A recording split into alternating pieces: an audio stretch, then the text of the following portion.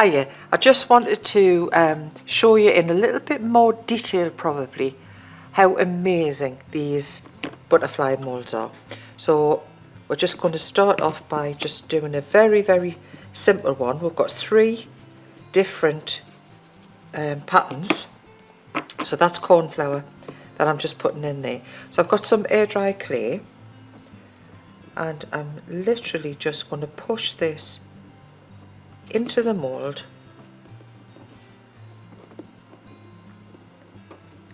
like so, and same manner of, you know, things that we do all the time.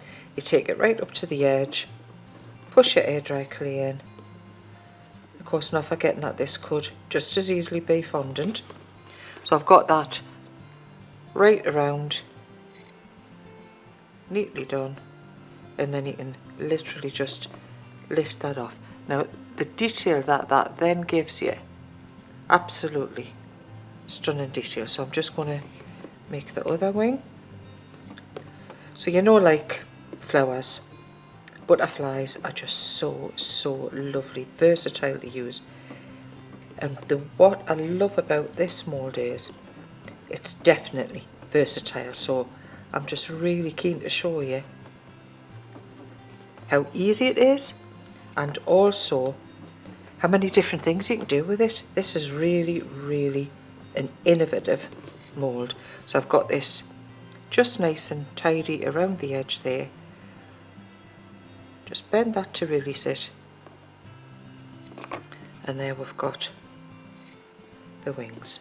Now that can kind of just be ready for painting, so I would just set that aside, but we've got to have the body, of course.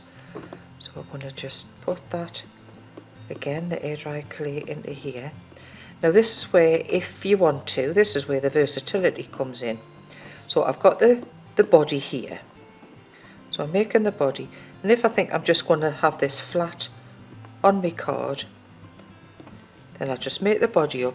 A little tip of Kerry, he had said just to bend that just enough. Can you see how that just moulds that little body in just that little bit further? Okay then, so we've got this ready to dry. You would dry that on some kitchen towel, but then you can start to see the possibilities of it. So we can dry it like this with the wings up over, or we can simply just glue it. If we want to, what we can do is you can either use your florist wires, or this is flower soft wires.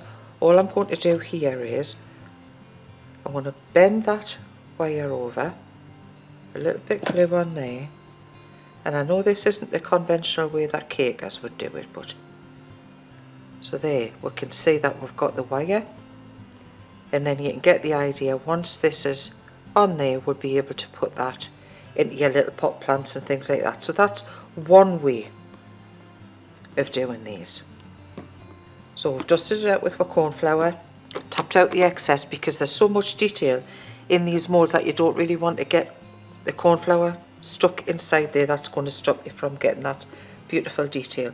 So again, we're just going to follow around the outside of the mould here. Now next bit, again, something a little bit different. I love this because you can decide what you want to do with it. You get any little pieces caught in your other mould, little tip, just pull that out there. So I've got that inside the mould like that. But then what we're going to do is we're going to fold this over. In fact, I'll do it this way so you can see. Fold this over, just follow the contour of the mould, and then I'm just going to press that down, lift that out, and can you see that that's just going to emboss the back of that? So here we go. We've got a double-sided now. Again, something totally innovative. So I'm going to do the other side. Just push that into the mould. Scrape off the excess. Pull it back to within the walls of your mould. I'm going to fold that over. So you've got that beautiful embossed detail on both sides. Cool, isn't it? I love, love, love the fact that we can do that. So then of course it means that if it's on a project that you're going to be able to have that butterfly flying like that, and then you're going to have the effect of the pattern on the outside as well, rather than just having a flat area. So again, you can have that, you can see there that that's going to be one of the other ways that we can do it. Now this one, it took a little while to work out just how to do it, and I guess the secret is going to be this white fat. So it's like a Trex or a, you know, just a general white fat. So what I'm doing here is I'm just adding a little bit of white fat, and ordinarily this isn't something that I would be doing. I've always used cornstarch up until here. Then I'm just going to put a very, very small amount onto the mould, because this technique, I don't want the clay to be drying out quite as quickly, and I want it to stay a little bit flexible. So this is why I've decided to use this technique. So again, we're going to push the clay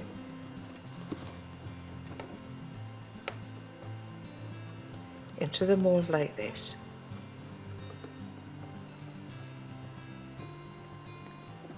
But something a little bit different. I could, if I wanted to, just fold that over and emboss it. But if you wanted to make it a little bit more ethereal looking, I should think, what we're going to do is we're going to start and push as much of this clay out as we possibly can. Now I have to say, this works sometimes, other times it doesn't. So you've just got to go with the flow. So I'm really pushing down on the heel of my thumb there, really pushing to try and get as much of that excess off as I can, because what I want is to get that beautiful veining effect. So another thing that you could do with this, so whilst you've got it in this stage, you could put another colour on the top, so then you've got a colour coming through. But just to show you, now I'll probably spend a little bit more time than I've actually got with yous at the minute, so I would clean that up a little bit where I know that there's areas here. I would try and clean that up a bit. So there, can you see that this is just going to start and come out of the mould? So, you know, it is just practice, and you will get fantastic detail sometimes, and sometimes it'll break. It's just how it is. But I think using that vegetable fat has really, really helped.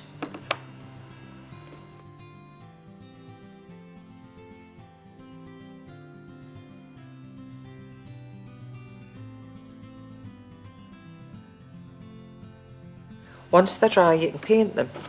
You can paint them with all manner of things. So this one, I'm just going to go over the top. So you can see that if you're going to